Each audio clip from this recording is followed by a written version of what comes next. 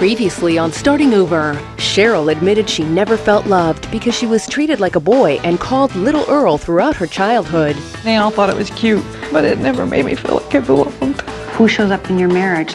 Little Earl. Jacqueline learned she could no longer ignore the emotional pain caused by her sexual assault. So you have flashbacks? Mm-hmm. Did you go through any counseling? I don't feel like I've really recovered. Simon and Casey continued struggling to find common ground despite their cultural differences. In my culture, women are very conservative. They're covered. So where can we meet in the middle? Because you can't be old world when it's convenient to you. This is a new world woman. It's really not about her clothes. It's about what you really need and want. And Lou was forced to examine his tantrums and little boy behavior when Rhonda called him out at the Board of Review and gave him a C. There's going to be a board of review in less than 48 hours. You with me? Maybe. Okay, let's see what you got in 48 hours. One house. I need a second chance. Women from all walks of life.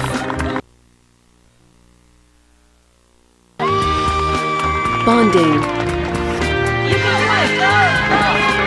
Reinventing themselves. This house changed my life. Starting over. Life has never been this real.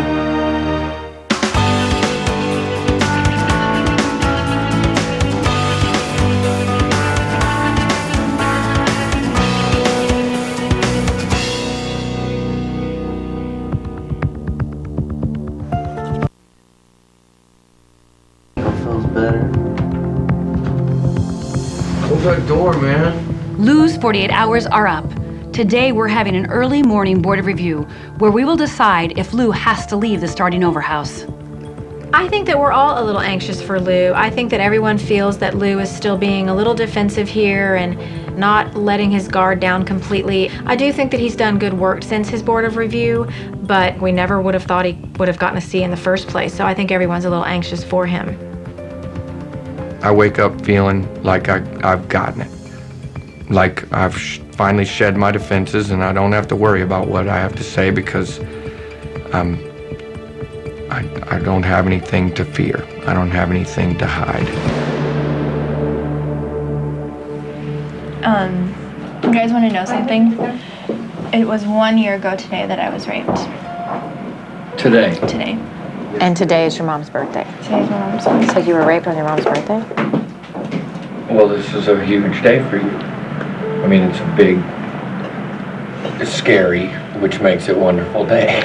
Yep. I called my mom this morning and wished her happy birthday, and as soon as I got on the phone with her, I just started crying because it's just it's such a weird thing. I still feel like for some reason I'm not allowing myself to feel. Like that, like the night when we were watching on TV and you had that kind of panic attack. That's when it started showing through. That was the first time I ever really cried about it. Mm-hmm.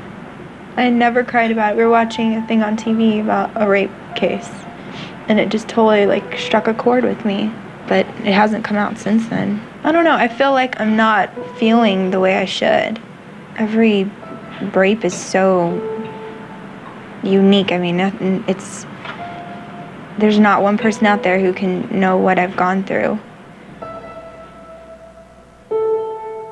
Second-guessing yourself. I didn't even know what I was thinking about all day. That's the thing. I was like, what the hell is going on with me? I was frustrated because I had these feelings. I couldn't put my finger on it. I'm having trouble processing a lot of my feelings, and they kind of come up when I least expect them. You know, I'm not real good at digging in there and finding those feelings.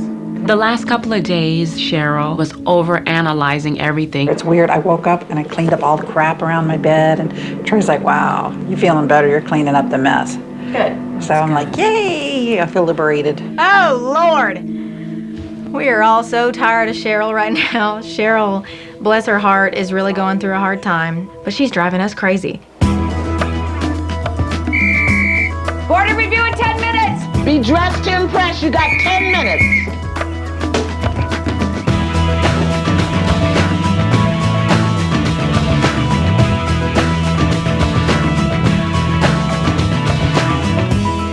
When Rhonda and Yanda walk in the room, you can feel the tension. I'm just hoping Lou's not gonna crack. The last time we were in the Board of Review setting, Iyanla and I announced that we would have a special Board of Review for Lou in a very short period of time, and the time is now. Go to the podium, please. So I would like to know your experience of Lou since the Board of Review, his shifts, his changes, his insights. What have you seen? What I've noticed from you, Lou, you've put down your defenses. You don't talk as much. He's been a lot more quiet. He stopped the jokes. He stopped laughing so much. But I don't think it's a bad thing. I think that that shows that he's actually got something going on much deeper and he's actually thinking about it. He's just been open. He was the mad little boy who didn't want to give up the fight. And how is it to room with the mad little boy? It's fun. I have grown the closest to Lou in the house. If Lou's getting kicked out of this house, I'm gonna be pissed off. So Jen, why don't you look at your husband and tell him the changes you've seen since the Board of Review. Since the Board of Review, after you got back from the men's exercise, where you went out and got the feedback from the women, you seemed excited in a different way to share with me the fact that you realize that you've never been listening to me. I hadn't let you in after 11 years. I'd been hiding out right under your nose. So Lou, how did it feel to hear your housemate's feedback? It was the greatest, it was the best thing that's ever happened. What I've always done in the past was joke my way out, talk my way out. What has been the experience for you since the Board of Review when I gave you that C? As soon as you held it up, I was lost. I couldn't figure it out. I didn't understand. Simon had been assembling the troops. It was so awesome to see that everybody cared and they all wrote something. I didn't know. I never have known. Known what? Known that I was okay, that I can be loved, that I can be taken seriously. There's a piece in everything they wrote that is what I didn't believe. When you got that C and you realized that your hustle hadn't worked, that your game was over, that you hadn't escaped, what is it that you didn't want us to know? Part of my game is that fears for wimps. That I'm not scared of anything. Mm-hmm. Yes, that's a good one. But I am scared. I want to face my fears, but only the ones that were safe for me to face. There were no limits to my destructive deceit. Is this a huge realization? Feels like I can breathe. Like I'll be able to really sing now, that I can really breathe. Yes. You can expect a willing participant. You can expect me to listen. You can expect me to be emotionally available to you and to not leave you in your unsafe place. Clearly the work that you've been doing since your last Board of Review has been deep work. Things that you've been facing within yourself that you've never faced. And I'm glad the Starting Over House has given you an opportunity to face yourself. I'm giving you a B+, because I think you've been doing extraordinary work. Thank you. Thank you. I have played the game of acting like I've got the most self-respect on the planet. Turns out I didn't have much. I wasn't giving myself credit for my contribution to the planet. I've got a lot to give. I've got everything to give. Leave this Board of Review with a new level of commitment to the truth, to yourself and to others. This Board of Review is now complete. Thank you.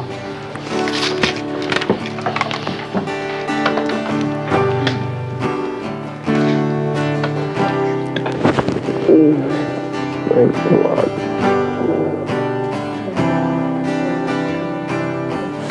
If we see something from anybody, we should tell each other. Oh, yeah. Can I ask you, Casey, is there anything you need us to support us with right now? Is there anything we can do? Is there anything you wish to say? We're here for you. I turned to Simon and I'm about to tell him something that I haven't told him before. Babe, I need to tell you something. I never feel I'm good enough for you. I'm speaking my truth to you, Casey. Hear me. I've never felt that you understand me as a black man.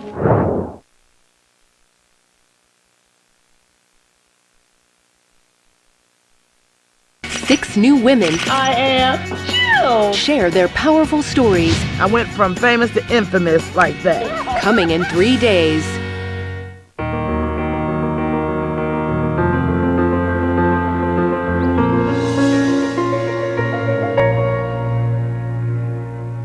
I want to respect you, but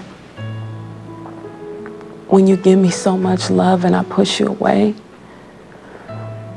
that's because I feel like you haven't let all your walls down and I have.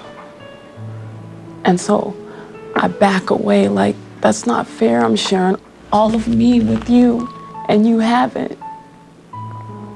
So when you do try to tell me encouraging words, I don't want to listen to them. I'm not perfect. I never feel I'm good enough for you. I don't want you to be perfect, but I want you to share all of you with me. I will be there. I will love you for who you are. You are. Don't. I feel you don't. You've never even once complimented me and told me, Simon, you have a nice body. I like your body. I don't care what your body looks like. I've told you that all the time. You honey. don't. I'm speaking my truth to you, Casey. Hear me. All right, honey. All I hear is what you tell me I need to fix. It's always about how I look. You haven't shaved today. Why didn't you shave? And even if I do that, it doesn't make a difference. If you told me you love me every second of the day, it wouldn't matter. Until you got over how I look. How do you feel about the way he looks, Casey? I love the way he looks. I don't know how to show you that I love this. Your skin, your nails, I don't know, Simon. I really You never don't. tell me. You need to embrace who you are before you can accept that Casey embraces you. Does this color of your skin have any impact, do you think, on the fact that you feel like you're never good enough? You have to be perfect on the outside. I grew up around people with less pigment than me. So I was always the dark person. I was always black. I am a Pakistani man, but growing up, I was teased and was called black and the N-word because I was one of the darkest people in my school. And even though you're a black person, I've never felt that you understand me as a black man. Watching Casey and Simon, they've got so many walls up and so many defenses up. It's gotta be hard on them to try to communicate between each other. Even though we've supposedly crossed these color lines and interracial marriages are okay and black people don't have to use separate bathrooms, I still feel I'm in the colored bathroom. Simon is human and has felt the pressure and indignation of racial tension. And it's something he's lived with all his life, and it's something he tries to cover up. And in doing so, he simply made himself more menacing the way he didn't want to come off. And he got through to that today.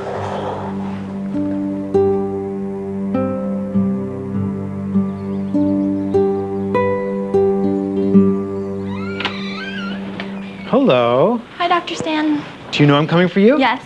You do? Come, we're gonna go in the study. Okay. The reason I wanted to speak to you today is that you mentioned in one of our sessions that today is the anniversary of the rape. Mm-hmm. So I have some thoughts about that, and I bet you have some thoughts about it. Yeah. Tell me what you've been thinking about. I don't know. I've been like confused about the way I've been feeling. I should be feeling more than what I'm feeling. But What are you feeling? Numb. Okay, well that's a feeling. Yeah. Okay. I don't like talking about it. And I think I'm afraid to feel. Okay, because if you feel, I don't know. I don't know. it's very, very powerful to be a victim of an assault. It permeates your whole life. Women who are assault victims often live their life in fear every moment. And I think that it's really important for you to confront this. So one of the things that I want you to do today, in fact, soon after our meeting, is I want you on your own to go see a sexual assault specialist. And I'm sending you alone because this is about you. This is not about Michael.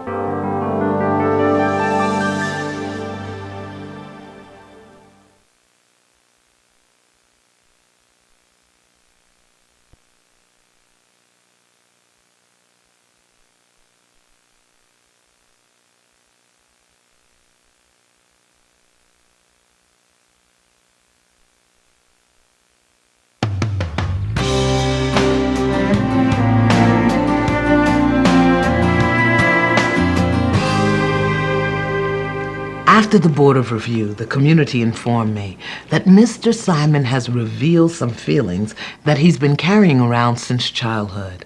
I think this may be an important clue as to why he's been unwilling and unable to open up to Miss Casey. So, Mr. Simon, where are you? What's going on with you? What's happening? I feel that there's a lot in my past that I'm still holding on to.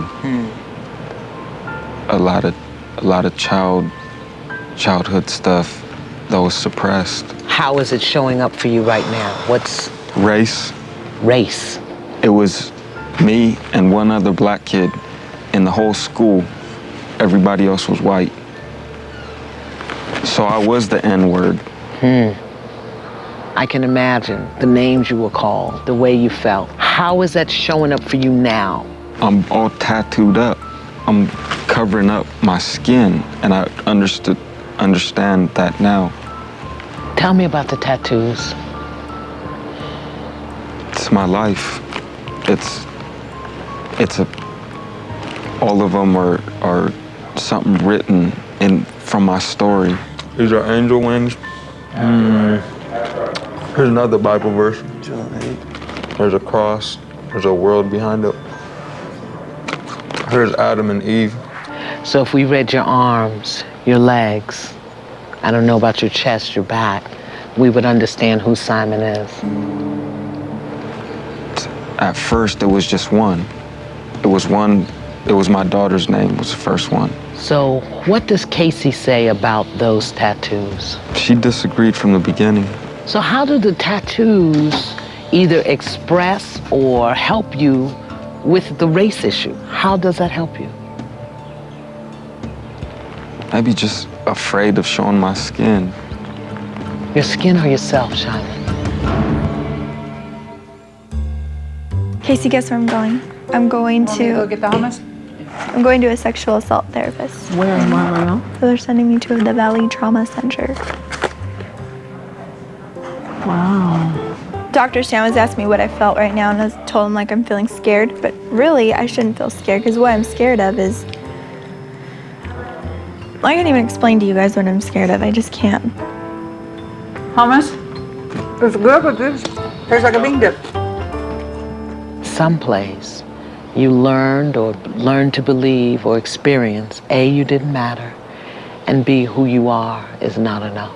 How do those insecurities show up in your relationship with Casey? I can never be good enough for her. Simon says that he grew up identifying himself as a black man, and yet he holds on to many of the values of his Pakistani culture. I think he's confused, and it could be that confusion that's creating a wall between he and Casey. So you want her to validate you, thinking that that will heal you of the insecurity. You do know that is faulty thinking, right? She can never tell you that she loves you enough. She can never make you feel anything that you don't feel within yourself. I don't want anybody to see my skin. Let us just look at the logic of this. You don't want anybody to see your skin, yet you tattoo yourself from your shoulder to your ankle to attract attention to your body. Because people are trying to read your arm. What does his arm say? Does that make sense? Yes, it does. So is it true that you don't want them to see your body, or is it true that you don't want them to see you, Simon? I don't want to be seen.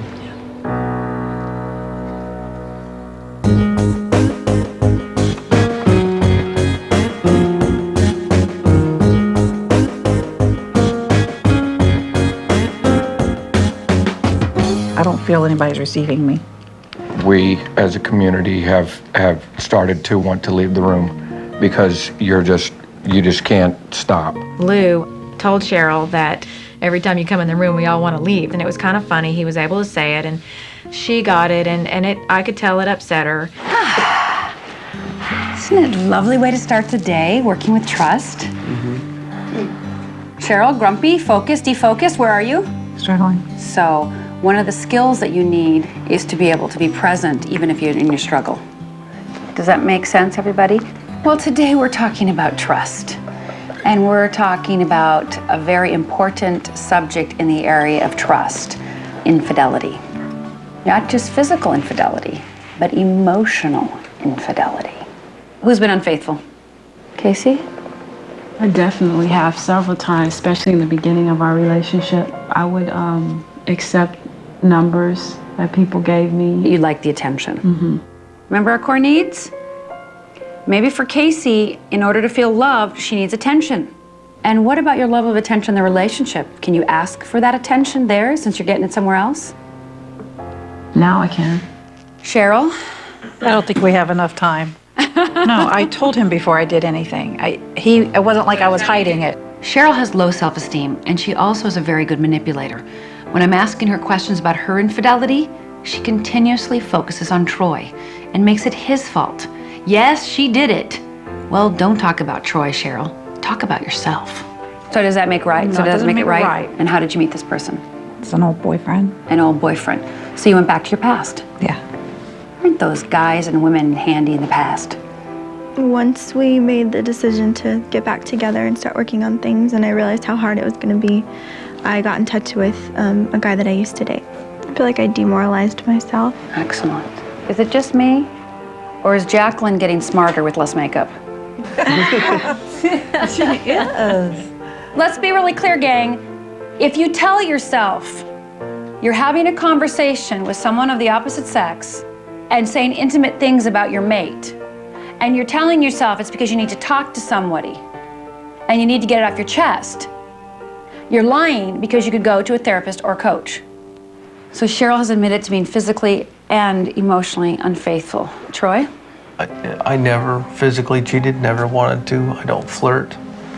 But when it came to the chat thing, when I started hiding it, that's when I abandoned her. How would Jen, Lou, Casey, Simon, Mike, Jackie, how would you feel if your mate was in a cyber chat room? Why were you trying to hide her? Pain. Yes. Because no little girl should feel that kind of pain. That's right. There you go.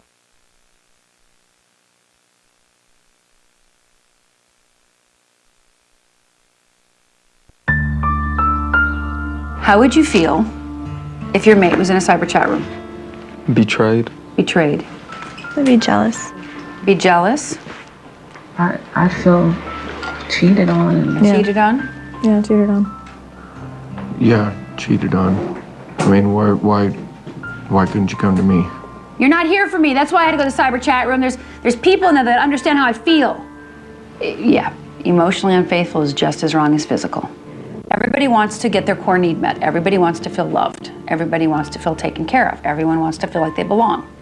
Do we all agree that cheating is an ineffective strategy to get your needs met? Okay, questions? Have a great day. Be fearless. Thank you. Troy has always stood by his belief that he did nothing wrong because he had not physically been with another woman. For me, hearing Rhonda say and hearing the rest of the community also say that they felt that that was a form of infidelity, I actually felt heard, and I'm pretty sure Troy heard it too. Cheryl's still deflecting all the guilt onto Troy for all the problems they have in their marriage.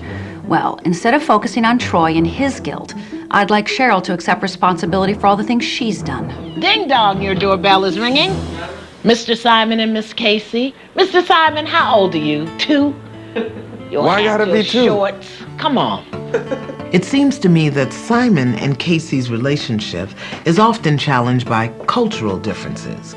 I believe that Mr. Simon brings some very old-fashioned ideas to the table, ideas that Miss Casey finds controlling and restrictive. You two are multicultural. So Mr. Simon is Pakistani and you are African American. Are your parents old world or new world or someplace in the middle? I say definitely old. Old world. So they've just been kind of thrust into this. But you said you grew up in an environment where you were just considered the N-word. Yes. Because of the color of your skin. Yes. Yeah. Okay, Miss Casey, how has it been for you? It was hard for us, extremely hard, because I felt that both of our parents were against our interracial relationship because we had nowhere to go. They wouldn't accept us. We were on our own for like the first 3 years of our relationship where we had to sleep in the car because our parents didn't want us out of their houses. Several days ago, you said to me, in my culture, women don't do this. Women don't look men in the eye. They dress a certain way around men. You said that, and you were applying that to Miss Casey. No, I wasn't applying it to her. I was just saying. Accurate? No, it's not. Okay, speak to me. Your experience. I think unconsciously he puts those pressures on me and he doesn't know it. I'm not really to talk to men at all. It's considered disrespectful, and you've told me. And Miss Casey doesn't know that she can have male friends. You don't know that? But then how I ask you a question, how you going to ask her the question? Answer because the I question. don't believe she's answering honestly. So would you like to make Miss Casey aware that as a New World man, even based on your cultural experience, that you are okay with her having male friends in a respectable, honorable way? I want you to know that it's okay for you to have male friends in a respectable, faithful way. With the Yanla around, Simon's saying that I can have male friends, but we'll see. We'll see when we leave the starting over house. A marriage is never, or a relationship is never destroyed from the outside. It's always destroyed from the inside. So the more tools, the more information you have from the inside, you'll be able to deal with things from the outside. Okay? Okay, thank you. Have a good one. You too. Okay. I don't think you did it consciously, but I just think that... Babe, can you listen, please? Let me finish. I know you feel like for some reason that I'm trying to make you the bad guy, but I'm only telling my truth. Maybe you haven't realized that I felt that a lot of your cultural values have been put on me. It's like you're not even hearing or accepting anything that I say. You just want to come back and get me back or be mad. But I've already heard, I am irritated. Okay. I've already heard things you've just said, and I don't feel that I'm hearing or listening to what you're saying right now. I feel that I'm incapable of coming to what the problem is accurately, so I feel that we should have this discussion in front of the community so we could get feedback. You with that? That's fine. Let's roll.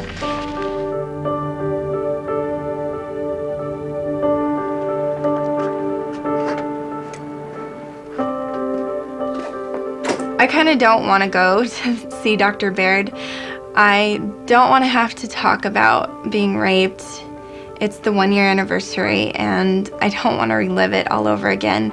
I hate talking about it. It makes me very uncomfortable, and I'm not really looking forward to this, but I'm trusting that this is going to be a good experience.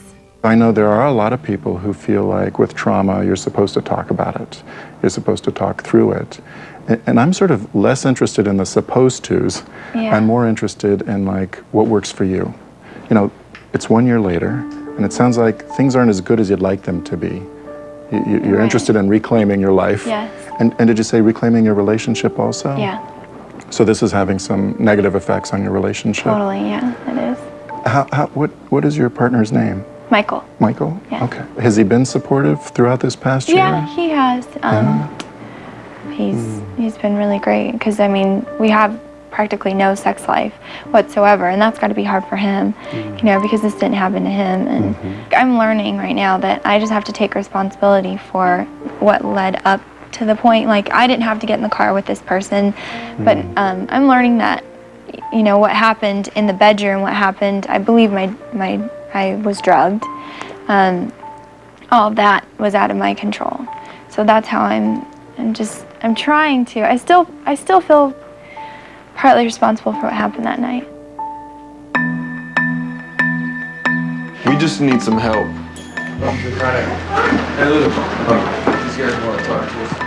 Simon and Casey are coming to the housemates, and they request that we all come together so they can discuss the situation. They want to try to get a handle on their feelings with each other. I need help. Casey was making me look like I had all the blame and she had nothing to do with it. You're saying that I didn't want you or don't want you to have male friends. The whole truth is you also don't want me to have female friends, but you failed to mention that. In his culture, is it appropriate for men to have female friends? No. I feel it is because I feel I see that a lot. Obviously, Anla has gotten on this subject because she knows damn well it's a sore one for you too. But check so this out. each of you have to figure out what you're holding on to. Casey's stuck on that. She sees my people as my people. We're Pakistani. But I see her family, everybody, we're just people, yo. We're human. What are we stuck on But do you still see who he's being? Absolutely. He's not really not I see letting. it. She's not saying I see it. I see it. I think that's everybody in here gets angry. This is not how you act, we're not saying Simon. we I need don't. the What do old y'all see? Simon. What do you see? So this wasn't the time Hold to on, get hold back on. What to do you it. see? I see your walls up. This Yeah. is They not. are up. So this is not the time to get And what's back. wrong with This that? is not the time to get Then back. this is not the time to get That you- back. You feel mad. You feel frustrated, and you've got to get away and get back to a place where you can offer that clean conversation like Luke. And that's just not the right way to do it. So you gotta come back. Shake it off, baby.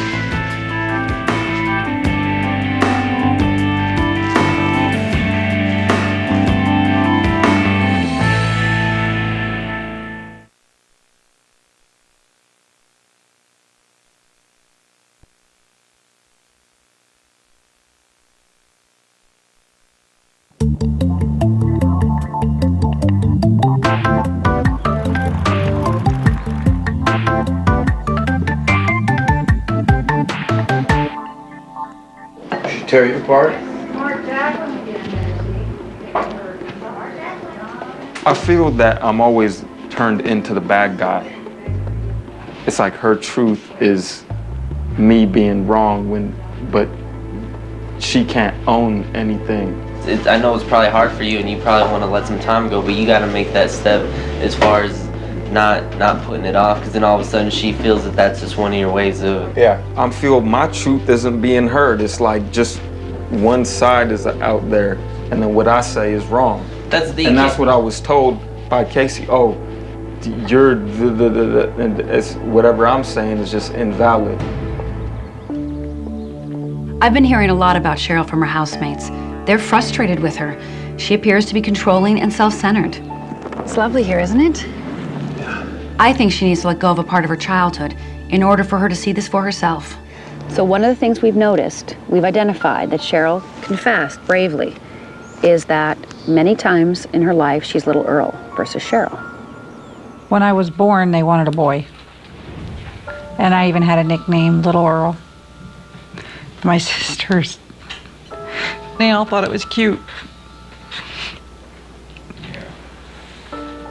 When they found out my name was Cheryl, they went around the neighborhood telling everyone that Mom had a little boy named Earl. So, who shows up in your marriage, little Earl or Cheryl? Little Earl. So when she's little Earl, what are the things that maybe you weren't getting, that you were seeking in cyberspace? It was the passion, the intimacy, So when Cheryl's being little Earl, does she validate you? the old Yes. her. The old her that's Cold-hearted. Cold-hearted Earl. No, she didn't. She didn't validate you. So, we have Cheryl and little Earl. Who's little Earl and who's Cheryl? Little Earl is competitive. Oh, the little Earl is competitive, okay. Little Earl has a strong work ethic. Little Earl doesn't take any crap. Cold, mean, controlling. Oh, that's bringing something up. Go ahead. When I was Cheryl, I was just a dumb little girl. Neglected. Unheard.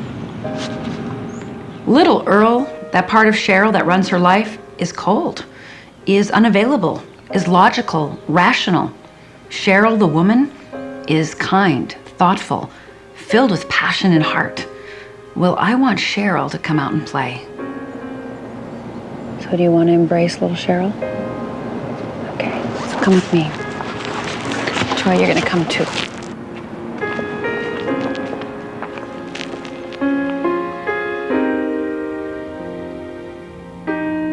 Do you think that if you knew you were going to be raped, that you would have, like any time that evening, that you would have entered into any of that? Oh no, I would have. So you sort of held on to this all that time? Wow. And I never went to the police or anything. I haven't done anything about it. Because, you know, a lot of times after something like this happens, the body goes into shock. And, you know, one of the things about shock is your body just sort of shuts down so that you can do whatever you need to do. Right? I mean, physically, the reason your body shuts down is so, like, if you have a wound, you don't bleed to death. Right. Emotionally, people go through shock for similar reasons. It's like, this is too much, I can't even get my head around it, so let me just shut down and kind of be like a robot. And then later, it's almost like the brain is saying, you know, I think I'm ready to look at this now. But I have felt like I should have gone to the police and done that like right away. I should have gone to the hospital that day. So those are things that I also struggle with, is just feeling like what I could have done. Jacqueline is giving some thought to reporting her perpetrator, but I think whether she reports or not, she's in a place where she's making decisive decisions for herself, and she's working at resisting guilt. What happened to you has happened to lots of other people, and how you're feeling about it, even all the complicated feelings, is normal. And so the key is not to figure out why am I a bad person, or how is it that I'm defective, or how am I responsible, but more like, okay, how can I get back on track? How can I reclaim my life? The whole journey will be made up of lots and lots of baby steps. But I'll get there. You'll get there.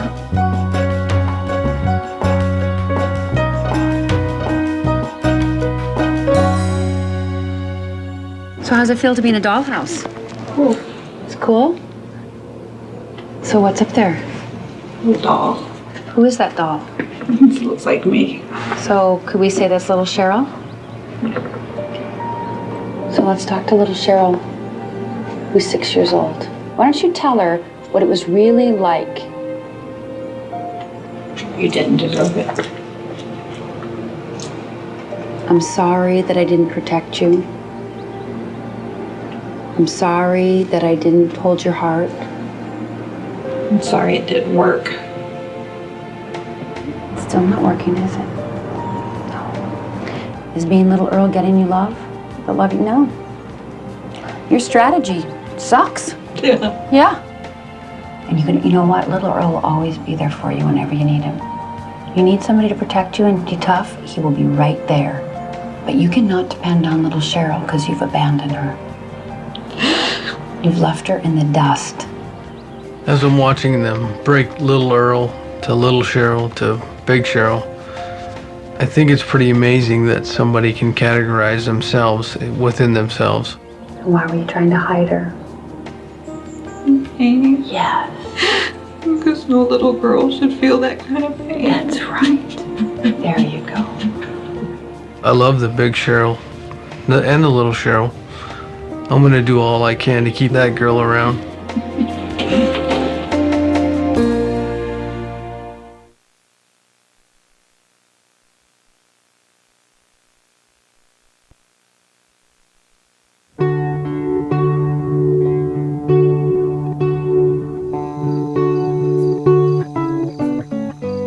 You've been like so supportive, and I think lately you just kind of lost your patience, and that's where Yeah, I gotta get the frustration shows more now. really have more patience. I know after my meeting with Dr. Baird that I just have to kind of feel my way through it.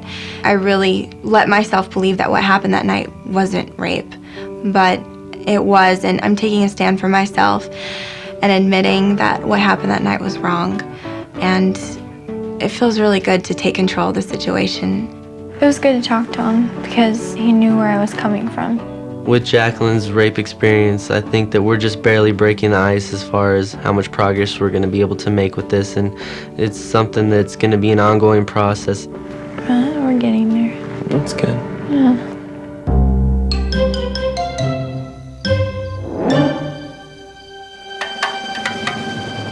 This is kind of spooky. That's a really good idea. The doll.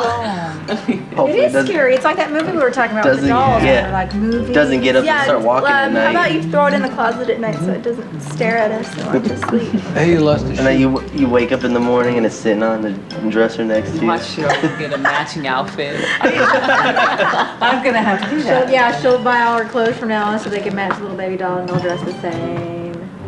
Tomorrow she's wearing her hair She'll be out. back on the starting of her house, a decade from now with that doll and like twitching.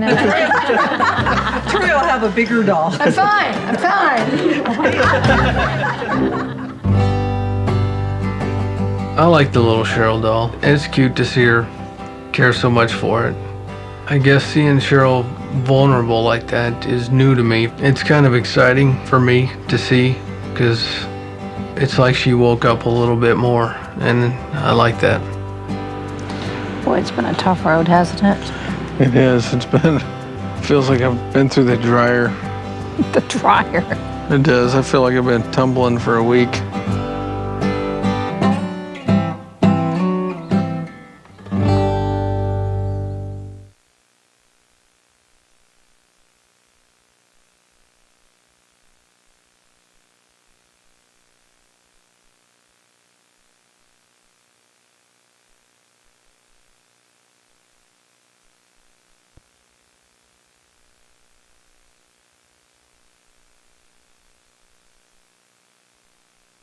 Next on Starting Uber, Casey and Simon still can't see eye to eye. I can't love you until you love yourself. I don't want that on my shoulders. I cannot love you if you don't love Casey, yourself. I got it. Get over that one. Michael and Jacqueline must make a major decision about their relationship. What would happen if you two take a time out? It's a little scary. And everyone in the house gets an unwelcome surprise. Tonight there's a board of review. Everybody is on edge. I don't know what to expect.